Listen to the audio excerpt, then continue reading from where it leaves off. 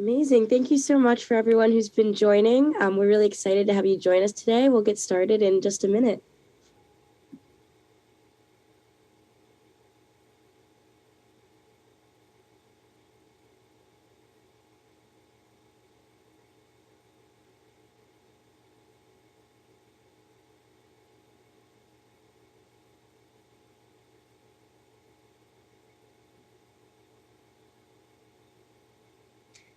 Amazing. Hello, everyone. Thank you so much for joining. I think we're going to get started. My name is Ava Pallotta. I am a sophomore at Harvard University, currently studying government and sociology. I'm also a proud youth advocate. I'm currently organizing with a group called Voters of Tomorrow, but I've also conducted past and hopefully future research on the opioid epidemic and how socioeconomic justice is impacted by drug policy on the local and national level. It's a real honor to moderate the panel here today and to introduce our fantastic speakers, Madeline, Hilliard, and Emanuel Sferios. I would love to just chat a little bit about what National Fentanyl Awareness Day is before we kick off introducing our speakers and getting into some questions. So, as you might already know, today is National Fentanyl Awareness Day, the second ever activation to spread awareness and information about fentanyl. This session is the second session in a 5-part series today covering an array of topics and perspectives related to the illicit fentanyl crisis. And we're excited to kick off today by talking about fentanyl in party drugs like cocaine and MDMA and strategies that you can use to keep yourself and your friends safe. We are deeply grateful for the day's 700 plus organizational partners that have signed on to spread the word and for the team of experts who have lent their knowledge and time to make this day possible. Without them, we couldn't do this important work, and we urge you to attend as many sessions today as you can. Now, just to speak a little bit about our fabulous speakers, Emanuel Sferios is the founder of Dance Safe, a national nonprofit offering peer-based drug education and harm reduction services to youth in the electronic music and festival communities. In 2016, he commissioned the first ever laboratory study assessing fentanyl test strips for harm reduction purposes. More recently, he helped develop a new, improved fentanyl test strip with higher specificity to fentanyl and its analogs that does not produce false positives at optimal drug checking concentrations. Today, he manages Dance Safe's FTS program, which currently distributes more than 500,000 strips a month to state and municipal public health agencies, hospitals, and syringe exchanges, as well as directly to drug consumers. He also acts as an advisor and consultant in drug checking for the immunosity test strip industry and for the drug testing industry in general. And then just to speak a little bit about Madeline, having firsthand seen the heartbreaking impact of numerous deaths to drug overdose tear through her campus, Madeline believed that these repeated tragedies should be prevented. She then went on to repurpose her education in neuropharmacology and hypothesized that if individual users had a non-judgmental resource to help them understand the effect of the drugs they were consuming and methods to mitigate these risks, well-informed users would be safer users. With the help of her colleagues in neuroscience and emergency medical services, she created a system called the Team Awareness Combating Overdose that consistently provides data-backed information about recreational drug behavior and overdose response to help make her community well-informed and make safer decisions surrounding recreational drug use. She also holds a BS in computational neuroscience and is a nationally registered emergency medical technician. Just a little bit about our fantastic panelists, and now I just like to go into a few logistical notes before we get started with our questions. The chat is turned off. There is a space at the end of this discussion to answer some questions, and all questions should be directed to the Q&A feature found at the bottom of the screen. We're hoping to answer as many of your questions as possible towards the end of the session. Also, this session will be recorded and made available for later viewing. Amazing. And so now just to kind of get into the conversation we're so excited to have today, I'd like to kick off by asking you both what is harm reduction and how you define that and how you got involved in this work. Thank you so much. I think we'll kick it off with Emanuel. Oh, well, thank you. That was a great introduction, Eva. Just answering that question, harm reduction is a set of principles and practices that acknowledges drug use is a permanent part of our society, no matter how much we may want people not to use drugs. Humans have altered their consciousness with drugs for millennia, and it's going to continue. And so we want to meet people where they're at with non-judgmental health and safety information to literally help them use drugs as safely as possible and until they choose to stop using, keeping people alive. Madeline, are we going answering each and then? Yeah, I mean, that was a wonderful introduction to harm reduction, Emanuel. And of course, Ava touched a bit on how I got involved in this work. And like Emanuel said, it really is meeting people where they're at. We can't stop everyone from using drugs. Like Emanuel mentioned, it's impossible. Humans have always used drugs to alter their consciousness. However, why we're all here today is to prevent people from dying due to drug use. And with illicit fentanyl contaminating more and more drugs, we can all be here today to learn how to prevent those overdoses before they happen and respond to an overdose to help save someone's life if an overdose does occur. I forgot you also asked how we got started. So in the mid-90s, I began as a needle exchange volunteer in Berkeley. And then when I discovered that people were dying from counterfeit ecstasy tablets at raves, and that the Dutch government had a program, they were also the first ones in the late 80s, believe it or not, to start needle exchange programs. The Netherlands have always been far ahead of the rest of the world in implementing harm reduction programs. And they had a program where people could bring in their ecstasy tablets to a handful of clinics around the country and have them tested using a simple chemical reagent. When I learned that, I just said, wow, like I'm going to do that here. I'd never been to a rave, but that's where people were using ecstasy. So I started Dance Safe, and the rest is history. Incredible. Thank you both so much. So now specifically talking about young people who might be in our audience today, what do young people need to know about the current drug landscape, and why do you believe that this conversation needs to happen now? Madeline, do you want to go first? Yeah, so it's something, I was a college student not too long ago. I graduated 2 years ago from USC, and illicit drugs are something that, people use. Everyone's familiar with alcohol that's legalized and regulated, and so we're able to have a safe supply of that. We don't have that when it comes to illicit party drugs like pills or MDMA or cocaine, anything of that nature. And with the current drug landscape, any of those drugs can be contaminated with illicit fentanyl. Now, it's important to make the distinction. I want to start out by talking about how there are really two kind of types of fentanyl. There's many fentanyl analogs, but we're breaking it down today into illicit fentanyl versus medical fentanyl. I work in the emergency department here in Los Angeles and want to let everyone know that fentanyl is a drug that is used medically safely all the time. Everyone from paramedics to doctors administer fentanyl to patients for pain or for anesthesia on the level of about 25 to 100 micrograms at a time. What we're here to talk about today is illicit fentanyl. That is fentanyl that is not produced by pharmaceutical companies. It's not regulated, and that is what is contaminating these illicit drugs. So just to start off the conversation by letting everyone know that if you are in a medical setting and someone is going to administer fentanyl to you, that's not something you need to be concerned about. It's something that we do all the time. And because you're remaining under medical supervision, let's say anything did go wrong or you had an adverse reaction to the fentanyl that you were being provided by a licensed medical physician, we would be able to mitigate that. We would provide you Narcan on site. And so that's not something to be concerned about. What we are here to talk about today, and what is a great concern, is illicit fentanyl.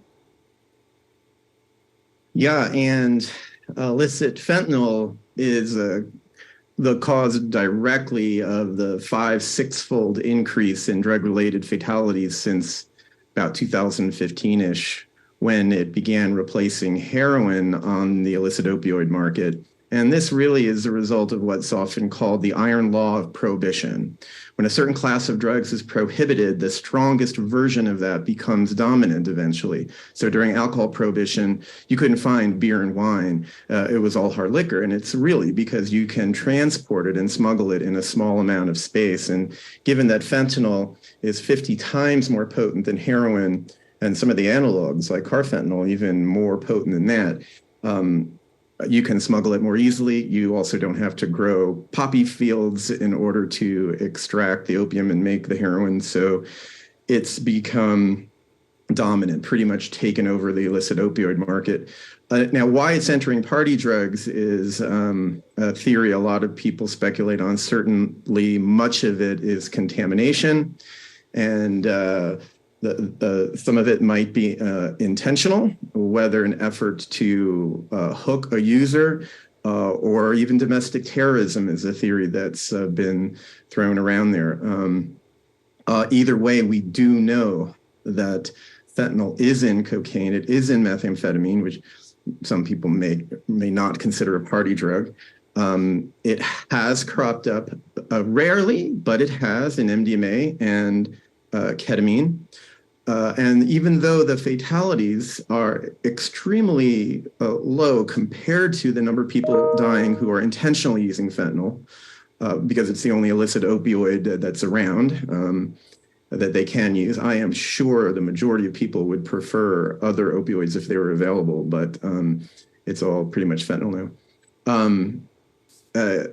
The vast majority of people who are dying from fentanyl are intentionally using illicit opioids, but there's hundreds of people dying now a year who are accidentally ingesting fentanyl, whether it's in their party drug or let's just say a counterfeit pharmaceutical in a person who is not using those drugs problematically. So this session here is for people who are not intending and not intentionally taking fentanyl. And that could be a recreational user or just someone who might take an occasional Xanax or Percocet to relax, something like that. We're here to talk about how you can protect yourself. And I will be talking about fentanyl testing strips when it's my turn.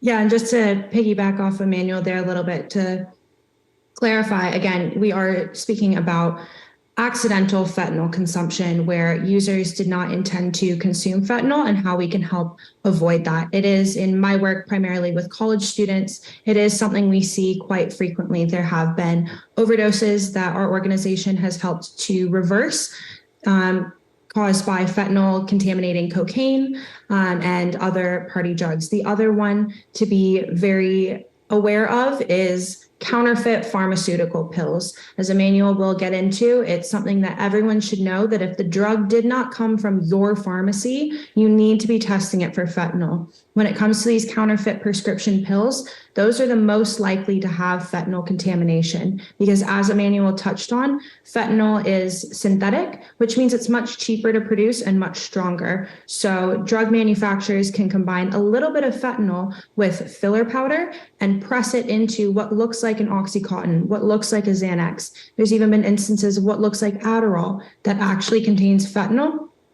And that's what we want users to be testing their drugs for. And Emanuel, the test strip king himself, is going to be giving us a wonderful demonstration on how to use test strips properly. It's something that's super easy to do. It only takes a couple of minutes, but it really can save your life.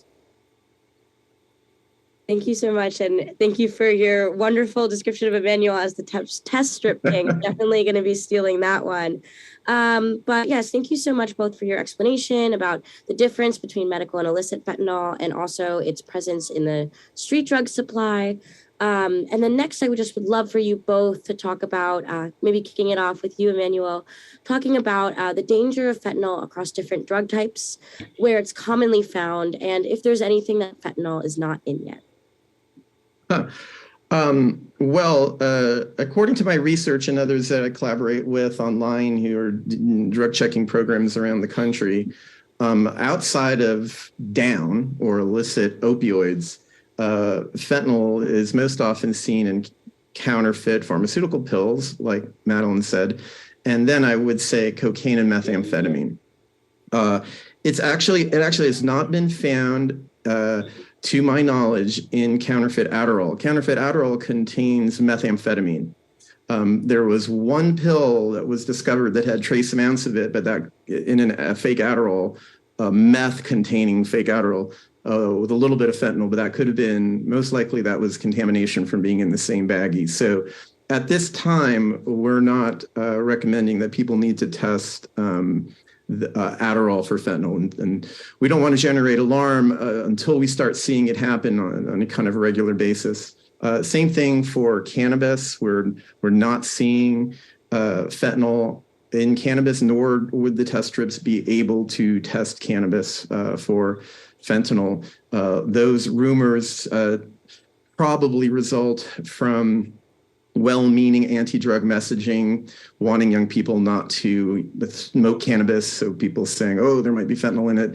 And also people who get urine tested and fentanyl is discovered in their urine. And then they claim, oh, I don't do anything but smoke cannabis. It must have been in the cannabis, when really they probably were consuming something else. So no real need to test your cannabis for fentanyl right now. And that includes store-bought vape pens, unless we start seeing fentanyl vape pens out there, which has always been a big concern of mine. We're not really seeing that yet. And then they're getting mixed up. We're not seeing fentanyl added in. But it's always best to purchase any cannabis product from a licensed dispensary, no matter where you get it from. So, yeah. Thank you. And that is consistent with what we see in the emergency department. We do have accidental fentanyl overdoses come in almost every shift that I'm on, unfortunately. But the good news is once someone gets to the emergency department, they do survive. So we'll go over a little bit later how we can ensure that that happens. But we do see it most commonly in the emergency department due to counterfeit pills or contamination in heroin, methamphetamine, or cocaine. I personally have not seen a case of fentanyl contamination causing an overdose with MDMA, although, like Emanuel said, that can happen, although it is extremely rare. And I myself have never seen an instance of fentanyl contamination in cannabis of any kind leading to an overdose where someone presented to the emergency department afterward. Thank you both so much. And now just to kind of shift into the next part of our conversation, I'm really excited to get started talking about harm reduction and all the different smaller conversations that entails. So to kick it off, I would love if Emanuel, the test strip king, could kick us off by talking about what test strips are and how they're used. And also if you could jump into that chocolate chip cookie effect and what that means.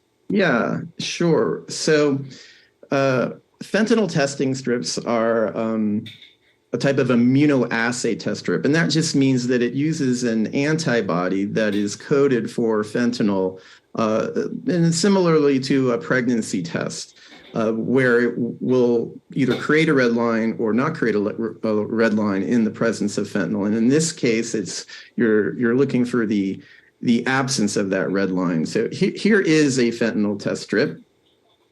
And essentially, you will dissolve a little bit of your drugs in water and dip the strip in, and you'll actually see the water travel up the strip.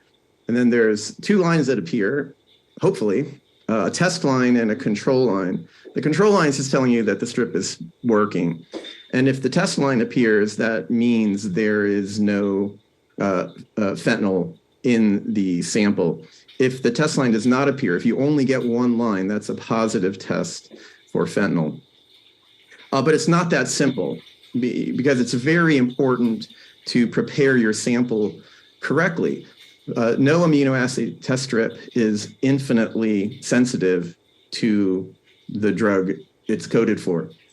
So you can't just sprinkle a little bit of powder in a cup of water and dip the strip in. It's going to be potentially way too dilute, and you will miss the fentanyl. So determining the proper dilution for drug checking for any immunoassay test strip that you're using requires laboratory studies. It requires mathematics, knowledge of how much fentanyl is typically found in each different illicit drug. The lab tests not only need to look at the sensitivity for fentanyl and its analogs, but it needs to check the sensitivity for any potential false positives as well. And what we found with the previous strips, the blue strips, ours are yellow. The ones that had been used for the first 5 years since the fentanyl crisis began, is that they did produce false positives at optimum drug checking concentrations. That's the concentration that is best able to detect fentanyl in the drugs you're checking. And that concentration is about 10 milligrams per milliliter of water, or 50 milligrams of your powder drug into a teaspoon of water. That's fairly concentrated, but when you're testing party drugs for the presence of fentanyl, you want it to be fairly concentrated, especially because it appears to be contamination that's causing the problem. And when your baggie of powder is contaminated with fentanyl, the fentanyl might be over in one side of the baggie. So preparing your sample, and there could be a fatal dose over there sitting in that little corner of the baggie, right? So if you just test something from the other side and there's no fentanyl in it, and you think you're good to go, you could consume powder from the other side and die. And so you need to homogenize your drugs first. And so the instructions require crushing and mixing as thoroughly as possible your powder. Let me go back up. This is unless you're going to test everything you intend to consume. That is also a possibility. And that's the recommended dose. You take the entire bag, the 8 ball of cocaine, either the dose you're about to consume, like say you're taking 125 milligrams of MDMA, a very common therapeutic and recreational dose. You put the whole dose, and when you're testing the whole dose, we could recommend just using a quarter cup of water, because if there's an appreciable amount of fentanyl in there, that won't be too dilute. And then you can drink it because the strip does not contaminate the water. But if you're wanting to, test an entire 8 ball of cocaine, you don't want to test every time you snort a line. You could dilute the whole thing and then evaporate everything in an oven, and that process takes a while, but people do that. But because most people don't want to take the time and don't use the best practices, we have a backup method, which is the one that most people use, and that is testing a portion of your drugs. So that's what I began explaining here. If you're only going to test a portion of your drugs, you first need to homogenize the material really well to distribute any fentanyl that might be clumped up in the corner. This is what we call the chocolate chip cookie effect. It's not as important if you're testing illicit opioids, because that's predominantly fentanyl and it's mixed somewhat evenly. But that's rarely the case when you're testing cocaine or meth or MDMA or ketamine. Mostly it's contamination. And so you need to mix it thoroughly. And then we recommend testing at least 50 milligrams. Again, even if you like snorting your drugs, you can still drink the liquid. You're gonna feel it, so you're not wasting. There's no reason not to do it. The effects of the drug will come on a little slower, but it'll last a little longer too. Your life is more important than the rush you might get from snorting. So 50 milligrams is not a lot to waste, and you put that in a teaspoon of water, and that's 10 milligrams per milliliter, because a teaspoon is 5 milliliters. And you hope you get a red line. Even a very faint red line is negative. It's something a lot of people get worried about. That test line can be pretty faint, but if you can see it at all, that's a negative result for the presence of fentanyl. If there's no red line and you've used the proper dilution, then that's positive for fentanyl. I could probably talk more of it. Maybe Madeline wants to say something else, or there's questions, or that's generally how to use. If you're testing a counterfeit pharmaceutical pill, I should go into that right now. We recommend testing the entire pill. And again, just like you're testing an ecstasy tablet or your entire dose of MDMA, you can just use a quarter cup of water and put your entire dose in there. Because you're not trying to pick up the teeniest, tiniest amount. If there's any appreciable amount of fentanyl inside of a counterfeit pharmaceutical pill, a quarter cup of water is going to be way concentrated enough that you're going to be able to detect it. Thank you so much, Emanuel. I just wanted to ask just also about the potential for false positives and if there's any chance of that happening with test strips. Yeah, so with our new improved strips, we did laboratory studies at the University of California at San Francisco, as well as University of Notre Dame, and found no false positives with any drug that we tested at the optimum drug checking concentration of 10 milligrams per milliliter.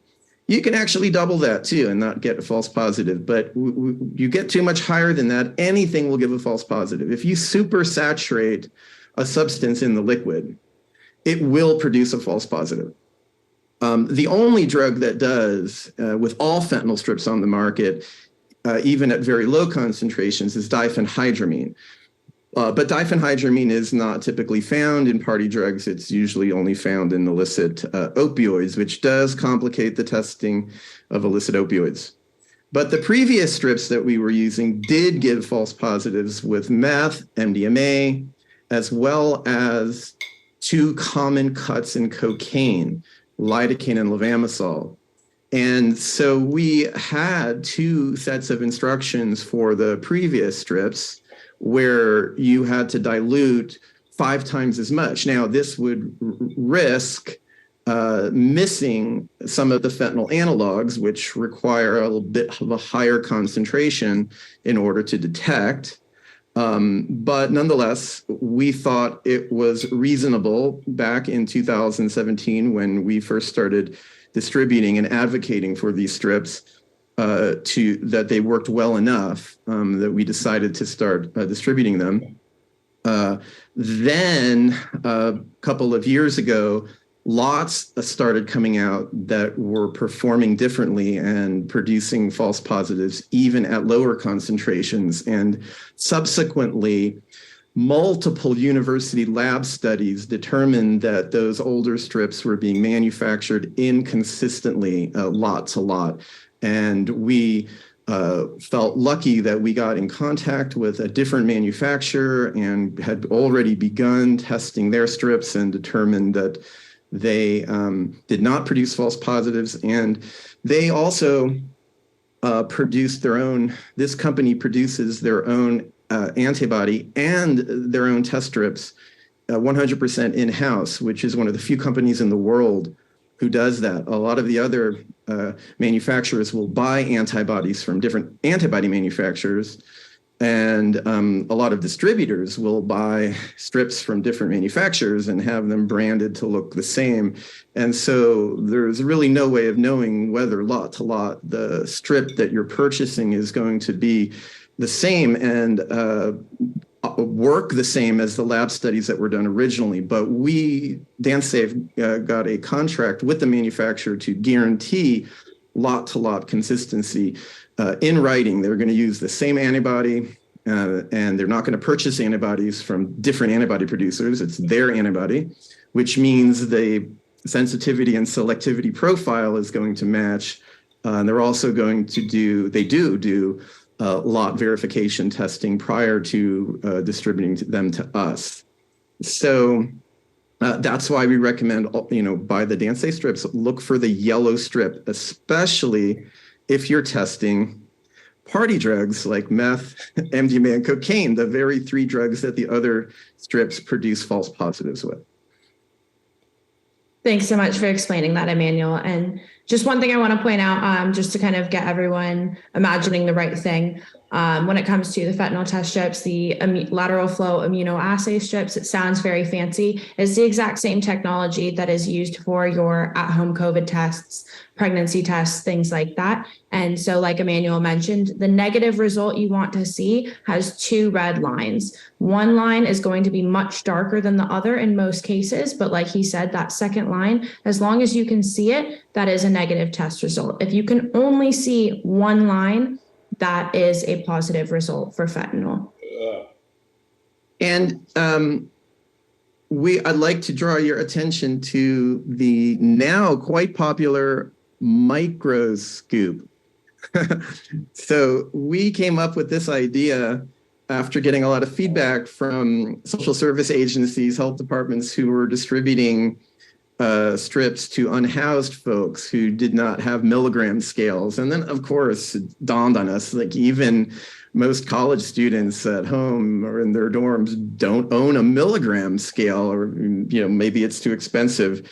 And so how do you measure 50 milligrams of your powder? Well, we found these microscoops, and one perfectly level scoop of all the drugs we tested was right on the money, between 9 and 11 milligrams. And so 5 of these scoops into a teaspoon of water is exactly what you need. And these are reusable, and they're less than $1 on the DanceSafe website.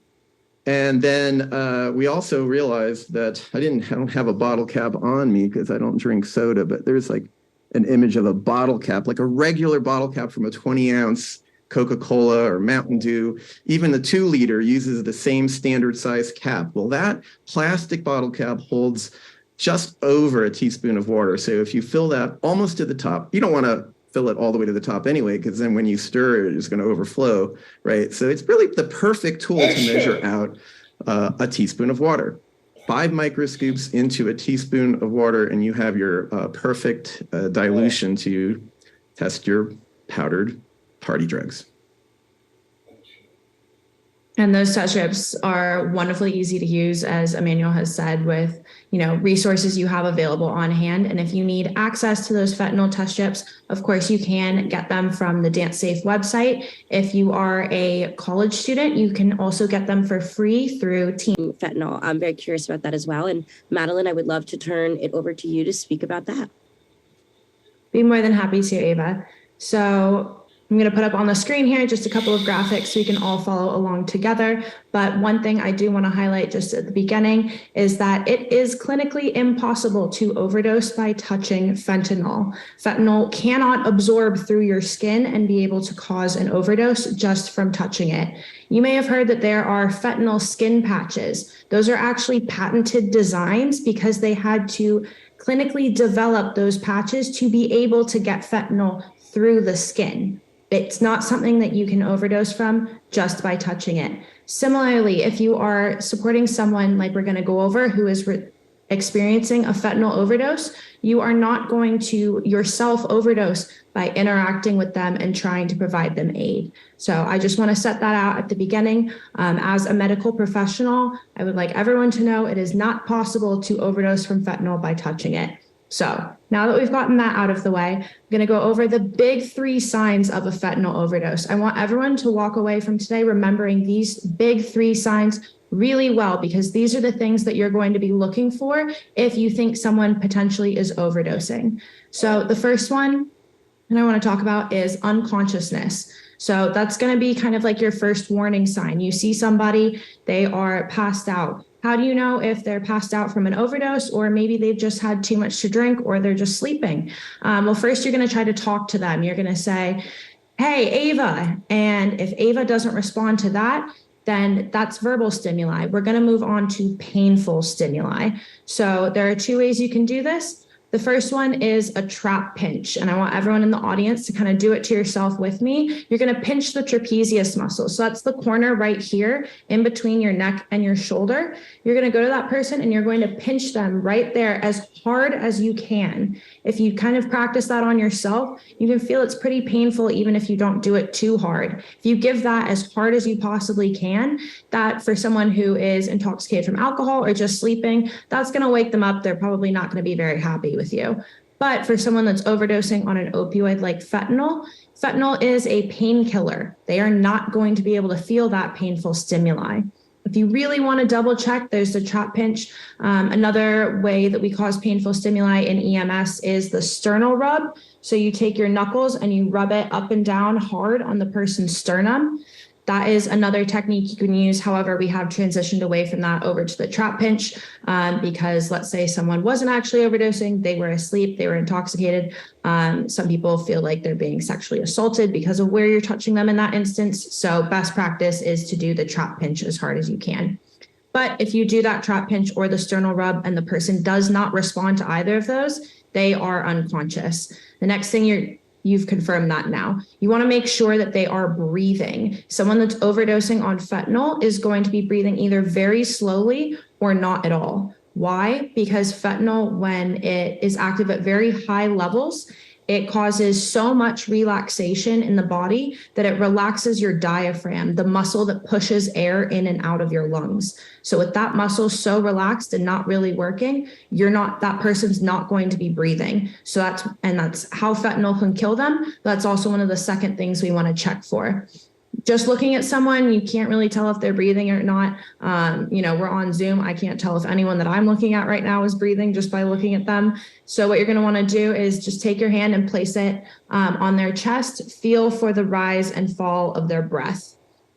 If you can't feel that, or it's very slowly, the average person breathes about once every 5 seconds, or 12 to 15 times a minute. That person is only breathing maybe 6 to 8 times or less per minute, or once every 10 seconds or more. That is very slow breathing. The other way you can check is by holding your hand under their nose and over their mouth, not directly on them, just holding it there to feel for the warm breath. That person is breathing very slowly or not at all. That's the second major sign you're going to check for. At that point, it's a medical emergency, regardless of why they're not breathing. You're going to need to call 911 at that point. And I'll get into calling 911 and Good Samaritan law in just a second. But the third major sign of a fentanyl overdose, the person's going to be unconscious, going to be breathing very slowly or not at all. And then the third is they're going to have pinpoint pupils. That is the telltale sign of an opioid overdose. Similarly to relaxing your diaphragm and causing the person to stop breathing, fentanyl causes the little muscles in your eye that expand and contract your pupils to totally relax. So they get super tiny and they won't respond to light. So all you need to check for this is a flashlight. You can use your smartphone. You're going to turn on your flashlight, and the person's going to be unconscious. So their eyes are going to be shut. What you're going to do is you're going to pop open their eyelid, and you're going to shine the flashlight in their eye for 3 to 5 seconds. What you're going to want to watch for is when you move the flashlight away, the person's pupil, the small black part in the middle of their eye, should get bigger. If their pupil size does not change from when the light is on it to when you move it away, that is a pinpoint pupil. That is the telltale sign of an opioid overdose, and you are definitely going to want to administer Narcan at that point. So with those 3 things in mind, I'm going to leave this up on the screen just so it really sears into everyone's brain, because if you're at a music festival, if you're at a party, even if you're walking on the street and you see somebody unconscious, these are the big 3 signs that you want to look for and when you're going to need to engage to start helping to save somebody's life. I want to talk about Good Samaritan law and calling 911 a little bit. Obviously, Madeline, can I ask a question for you first? Because I think one of the things that people get confused most about is the difference between someone who is unconscious from ketamine versus unconscious from an opioid at festivals. And people have panicked and even administered Narcan when it was not a fentanyl overdose. Can you confirm that the slow breathing and pinpoint pupils do not happen with a ketamine overdose, or people intentionally taking a large dose of ketamine and becoming unresponsive? Yeah, so like I said, pinpoint pupils are the telltale sign of an opioid overdose. That is going to be the biggest indicator that you need to administer Narcan. Now, in the cases of people mistaking someone who's unconscious from ketamine and administering Narcan, one thing to note is that Narcan is not going to hurt somebody if they're not actually overdosing from fentanyl. So when in doubt, sometimes it's a scary situation and people do get confused, like in the instances Emanuel is mentioning. The best practice is just to administer Narcan if you are confused. However, look for those pinpoint pupils. If you're not seeing that, it's probably not an overdose from an opioid, and Narcan isn't going to help them. It's not going to hurt them, but it's not going to help them. And by not administering that dose that they don't need, you can save your dose of Narcan for someone who actually does need it, because Narcan is a precious resource. It's something that can be costly to access, which I'll talk about a little bit more in a moment. But the telltale sign of an opioid overdose you really want to look for is that pinpoint pupil. When it comes to calling 911, obviously, many people have concerns about, I'm in a party situation, and what if I call 911 and the cops show up? So I want to clarify for everyone, as an emergency medical responder who works in EMS, when you dial 911, you are dialing 911 dispatch. So the person on the other end of that phone is the person who decides whether to send you police, fire, ambulance, or a combination of the three. So when you're calling them, the first words out of your mouth are, I am witnessing a medical emergency. That way, that dispatcher knows right away what you need is an ambulance. The next thing you can say is, I think my friend may have overdosed. And then you're going to want to tell that dispatcher whatever it is you know that that person may have consumed. So we were drinking, I saw them consume some cocaine, and now they're not breathing and they have pinpoint pupils. And by giving that dispatcher that extra information about what other drugs might be in that person's system, that allows us as emergency medical responders to be more prepared when we arrive on scene to get your friend back to being stable as soon as possible. Again, so the first words out of our mouth when we're calling 911 is, I am witnessing a medical emergency. I believe my friend may have overdosed. And then you can tell them what you think the person may have taken. This is important because this is what allows someone to get the medical attention they need. And the good news is that in 47 of the 50 states in the United States, there are Good Samaritan laws, which means that if you are calling to receive medical attention in the event of an overdose, even if the cops showed up with those EMS responders, that if they find drugs on your person or on the person of the overdose victim, neither of you can be criminally prosecuted for having amounts of personal drug use on your body. So this is important. I'll make another distinction. That does not cover if you have enough drugs on you to sell.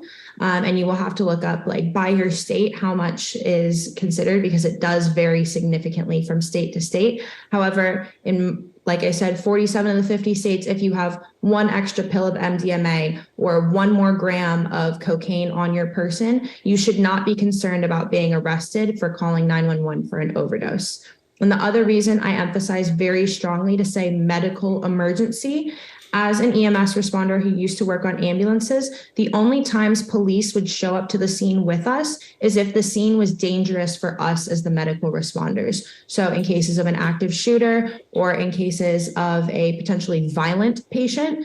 However, if you are at a house party in a safe location, if the first words out of your mouth are medical emergency, it's unlikely that police will be sent with you. However, in the event that they do show up, they are not the people that are going to be treating your friend who overdosed. So the EMS responders on scene, anything you tell us is covered by HIPAA laws. We can't tell anybody else that unless we are subpoenaed to do so. So please tell the emergency medical responders any and all information you have on what drugs the person may have consumed, because that's going to get them treatment and help save their life faster. In that scenario, the police are not going to be the ones treating your friend. There's no medical benefit to telling the police any information at that time. Just hope that that's clarified for everyone. And the 3 states that do not have Good Samaritan law are Kansas, Texas, and Wyoming as of last year. So if you do live in those states, I would encourage you to call your representatives and get Good Samaritan law, because many studies have shown that states that have it, it has helped to reduce rates of overdose deaths. But all of that to say that if you are witnessing an overdose and you are in any other state that is not Kansas, Texas, or Wyoming, please call 911, tell them you're witnessing a medical emergency. Even in those 3 states, I would still encourage you to do so. Just want to be clear that those states do not currently have Good Samaritan laws that would cover you for having amounts of drugs for personal use in your possession at that time. Happy to answer any questions people have there at the end. But now want to get into the best way that anyone can use to save someone's life from an opioid overdose, and that is Narcan. Narcan is a wonderful drug that has been used for years in medical settings, intravenously and intramuscularly. But within the last 10 years, we now have nasal Narcan. So no needles required. It is a nose spray. A dose of Narcan looks like this. Just to give you a little more context, when you get a box of Narcan, and there are other brands of nasal naloxone. So as long as you're getting nasal naloxone, that is the opioid overdose reversal drug that you're looking for. It doesn't have to be the brand name Narcan. But I have Narcan here with me today. This is what a box of Narcan looks like. It comes with 2 doses inside. Each of these are a single-use nose spray. So you get 2 of these, and each of these are good for 1 dose. Once you administer it, then you'll throw it away. It's done. But with that box of Narcan and your 2 doses inside, if you are in the situation where you've seen someone who is unconscious, they are not breathing or breathing very slowly, and they have pinpoint pupils. At that point, you're going to have called 911, and you're going to have first responders on their way because you told them you were witnessing a medical emergency. And at that point, you are ready to administer Narcan. So to do it, it's very simple. You take it out of the package, you have your nose spray, you're going to insert it into the person's nostril, doesn't matter which nostril, press the pink plunger button. Congratulations, you've now administered your first dose of Narcan. You're going to check your phone, check your watch, clock 2 minutes. Within those 2 minutes, the person should respond. And it's really an incredible thing to see. There will be people who are, I've seen, they are blue because they have not been breathing for a couple minutes. And you will literally see them go and begin breathing again. If that happens in the first 2 minutes, congratulations, you've just saved a life. It really is that simple. After 2 minutes, if the person has not responded, they are not opening their eyes, they're still breathing very slowly or not breathing at all, you're going to want to take out your second dose of Narcan out of that package. And again, same process. You take your plunger, put it in whatever other nostril, and press the pink plunger. That's your second dose of Narcan. Again, by that point, for most overdoses, for people who were not intentionally using opioids, 2 doses is usually sufficient. However, if after you've given both doses and 2 minutes after the second dose, if the Narcan has not taken effect, the person is still breathing very slowly or not breathing at all, 2 things may be true. 1, they have taken an extremely high dose of an opioid like fentanyl, and it's not enough Narcan to reverse their overdose. If you have additional Narcan on hand, you can continue administering Narcan to them. Additional doses of Narcan are not going to hurt the person. The second thing that may be true is that it is not, in fact, an overdose from an opioid. So like Emanuel brought up, they were overdosing on ketamine. Narcan is not going to help them, but it's also not going to hurt them. However, something that happens very commonly is overdoses from combining Xanax and alcohol. That can cause respiratory depression. That can also cause slow and no breathing. Narcan is not going to help them. But in that situation, the person isn't breathing well, and they need to get oxygen in order for them to survive. So at that point, you are going to want to start doing rescue breaths. Now, rescue breathing is where you tilt the person's chin back to open their airway, you hold their nose closed, and you breathe into their mouth once every 5 seconds. Again, I want to remind everyone, if the person's overdosing on fentanyl, giving them mouth-to-mouth resuscitation is not going to cause you to overdose on fentanyl. Also, if you are concerned about germs and things like that, now in 2023, there are masks pretty readily available. You can use a COVID mask and poke a hole in the middle to create a barrier for yourself if you are going to give mouth-to-mouth resuscitation and are concerned about that.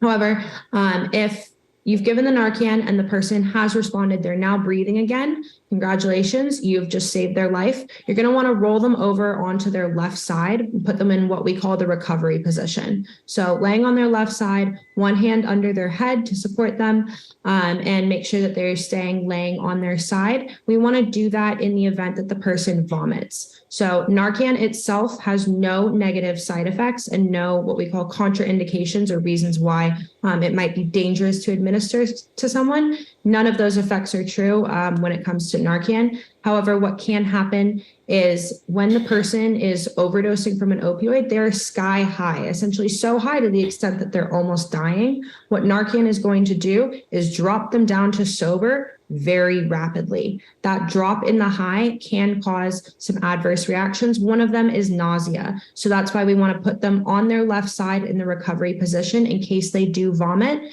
They're on their side. That means that the vomit can fall out of their mouth. If they're laying on their back, they can accidentally choke on it and aspirate, and that does cause deaths. So we want to put them on their left side so if they do vomit, we can keep their airway open. Some other reactions that can happen when administering Narcan to watch out for people, especially those that are intentionally using opioids, right? They went from sky high to dead sober. You've taken their high away. And so some people can wake up from that, and because they are so rapidly sober, they can respond a bit aggressively. If this happens, remove yourself from the situation. You've already called 911. You already have emergency medical responders on the way. We are trained to deal with potentially violent patients. So remove yourself from the situation, keep yourself safe, and we'll be there within 10 minutes to take over that scenario for you and make sure that that person doesn't hurt anyone and also doesn't hurt themselves. A couple other things is the person may wake up and just be really confused and say, I didn't use drugs and I don't know what's going on. I'm totally fine. That person still needs to go to the hospital. So, right, you've already called EMS. They need to take them to the hospital because Narcan only lasts 30 to 90 minutes. Many opioid drugs can last 6 to 8 hours or more. So what we see frequently in the emergency department is someone has overdosed on an opioid, they've been given Narcan, but then about an hour later, they're sitting in the ER and their breathing starts to slow down again and they're starting to re-overdose, and we have to give them more Narcan to keep them alive. So that is why, to avoid the person re-overdosing later, anyone that received Narcan, even though they're alive, they do still need to go to the hospital to get medical care. And the last reaction is the person might wake up, say, I'm fine, I want to go back to the party, let's do some more cocaine. Do not let the person consume any other drugs or alcohol. They are barely stable. You just saved their life. Please don't let them put anything else in their system that when they get to the hospital, we're just going to have to undo. It makes it much harder to treat people when there is combined drug use, because some drugs, the antidote to one, can make the other one worse. So those are the things you're going to want to look out for. But if you give someone Narcan, you've saved their life, put them on their left side and wait for EMS to arrive. You've saved their life and they're going to wake up tomorrow morning, which is the ultimate goal. Thank you both so much. Madeline, thank you so much for all that very important information. We're now going to move into the Q&A portion of the panel for our remaining few minutes. And I would love, while I am disappointed that we cannot address every question today, it seems that I'm seeing a lot of questions repeated about further questions related to touching fentanyl and what that means. So I was wondering if you two could please address both if the inability to overdose from touching fentanyl also applies if you have any sort of cuts on your skin or in your mouth, and also if that is still true of children. Some people were curious about whether or not children can overdose from touching fentanyl. Yeah, so happy to take those. Same thing goes for children as for adults. They're not going to overdose from touching fentanyl. I understand why this question may be asked. There was a case in one of the hospitals here in Los Angeles where a toddler got a hold of a fentanyl skin patch and did unfortunately fatally overdose because they were interacting with a fentanyl skin patch. However, children will not overdose from interacting with fentanyl powder just by touching it. In order to overdose, if you have a cut, it's going to have to be a pretty deep cut in order to get enough fentanyl into it for it to get into your bloodstream. Little surface abrasions are also not going to cause a fentanyl overdose just by touching fentanyl. Thank you so much. Also, just some further questions maybe towards you, Emanuel, about test strips. Are fentanyl strips considered drug paraphernalia? And are there any states that don't allow test strips? Oh, that's an excellent question. We get this question all the time at DanceSafe. About half the states in the country still have old, outdated paraphernalia laws on the books that define anything used in any way upon a controlled substance as illegal paraphernalia. But in 25 years, there hasn't been a single arrest that we know of anyone for simply possessing a drug checking kit. And I say 25 years because that's how long DanceSafe has been around shipping kits to every state in the United States. So that's our reagent test kits, which can be used to avoid counterfeit ecstasy tablets and also fentanyl testing strips.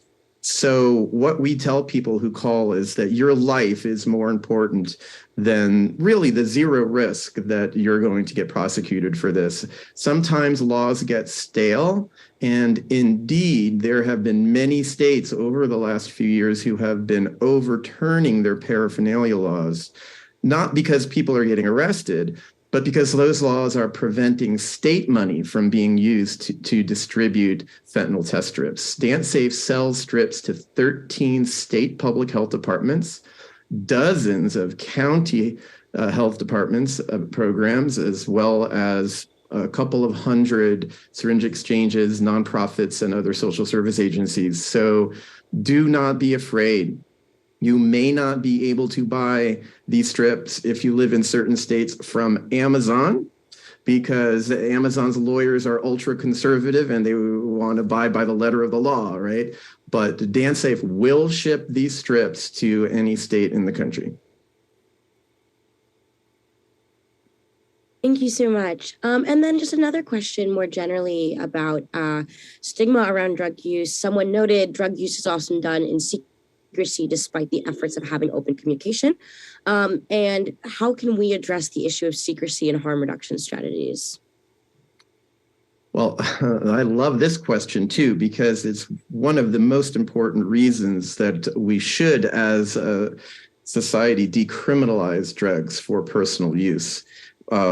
We don't have to legally regulate them. That's going to be more difficult. But just making it no longer a crime to possess drugs for personal use opens the public conversation and the public space where people no longer feel afraid to talk to their parents, their teachers, to police, to educators. They no longer fear approaching drug checking services or otherwise hiding their drug use. So if you allow me a little political advocacy there, I think really what we need to do, and some states are moving towards this, we need to decriminalize personal possession of drugs. That's probably the best thing we can do to save lives because it opens the public space. But in the meantime, before some of the laws catch up with what might be in the best interest of public safety, one thing that we can all do is remind our friends that if you are going to use any illicit substance, never use alone. Using alone is where deaths occur, because if there was